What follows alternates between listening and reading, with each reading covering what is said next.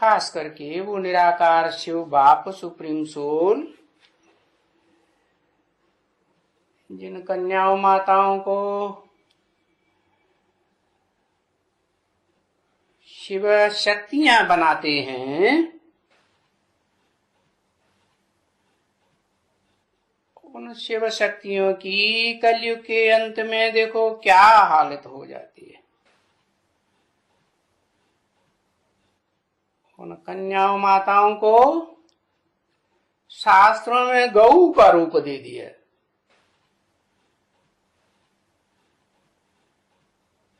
वास्तव में गऊ तो जानवर होती है। अब भगवान कोई आकर के जानवर गऊओं को चराएगा क्या है? भगवान जो ऊंच ते ऊंच आत्मा है, षष्ठी रूपी रंगमंच पर पाठ बजाने वाली, वो सुप्रीम सोल तो मनुष्यों को आकर के सारी सृष्टि के आदि मध्य अंत का ज्ञान सुनाएगा या जानवरों को सुनाएगा?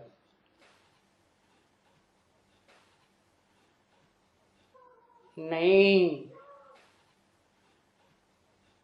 वो तो इस सृष्टि पर आकर के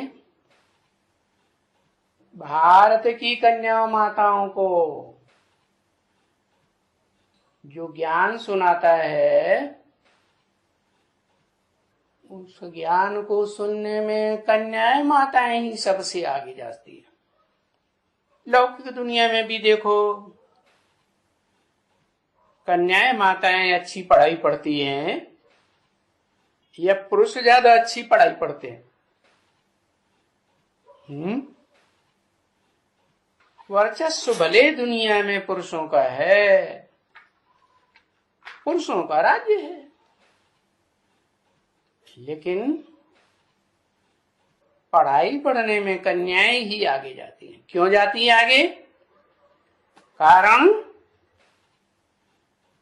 क्योंकि पवित्र बुद्धि होती है,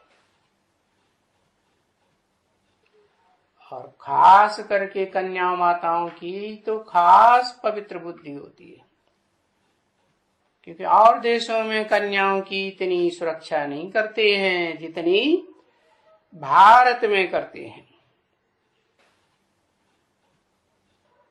क्योंकि भारतवासियों में अभी भी ये भावना भरी हुई है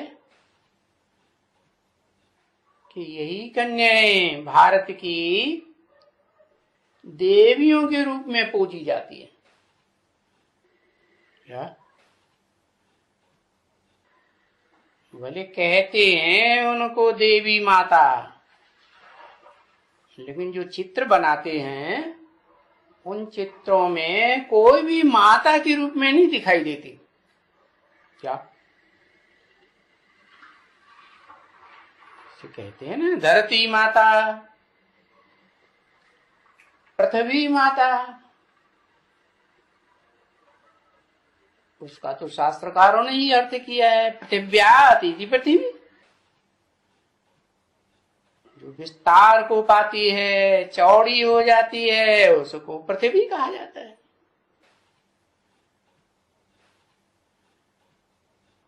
अब कन्याएं थोड़े ही विस्तार को पाती है। जब तक माता न बने और शिव बाप आते हैं तो उन कन्या माताओं को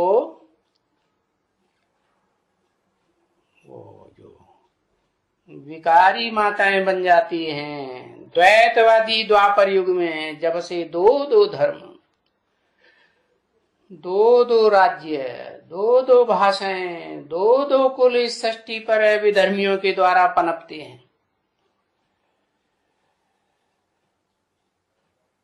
तब से उन माताओं की दुर्गति होती है। इसलिए कहते हैं कि धरणी माता का भार जब बहुत बढ़ जाता है, पापों का बोझ चढ़ जाता है धरणी पर रहने वाले मनुष्यों के द्वारा, तो भगवान इस सृष्टि पर आते हैं धरणी का बोझ उतारने के लिए, और उन कन्याओं माताओं को खास निमित्त बनाते हैं। उनमें भी माताओं के ऊपर तो कंट्रोल होता है पतियों का, कन्याएं तो स्वतंत्र होती हैं, और वो कन्याएं पवित्र होने के कारण जो परम पवित्र ever pure supreme soul God father गाया हुआ है, उसकी वाणी को जल्दी समझ लेती है, जल्दी ग्रास्प करती है। सिर्फ सुनती ही नहीं, उनको समझाया जाए तो समझती भी है, बशर्ते कि देहधारी धर्मगुरुओं के चुंगल से छूट जाएं तो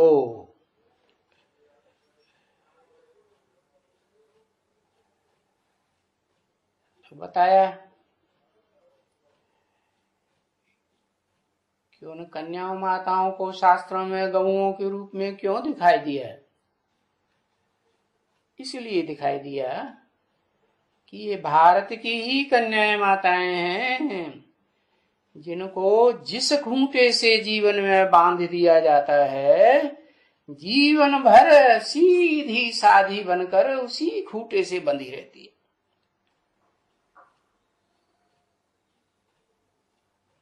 और सभी जानवरों के बीच में गाय तो खास करके भारतवासी, भारत की जो गौएं हैं, भले यादगार रूप में जानवर गौएं हैं, क्योंकि शास्त्रों में लिख दिया है कृष्ण ने जानवर गौओं को चराया। अब उन जानवर गौओं की बात नहीं है, ये भारत की वो शुद्ध ज्ञान का दूध देने वाली कन्याओं माताओं की बात है, जिन्होंने ईश्वरीय ज्ञान में अपनी मनमत के आधार पर मिक्सचरिटी नहीं की थी। फिर भी बाप आते हैं तो उन शक्तियों को, शिव शक्तियों को निमित्त बनाकर सारी दुनिया की सब मनुष्य आत्माओं की सदगति करते हैं। आते ही हैं गति सदगति देने के लिए, लिबरेटर और गाइड बनकर के रास्ता बताते हैं।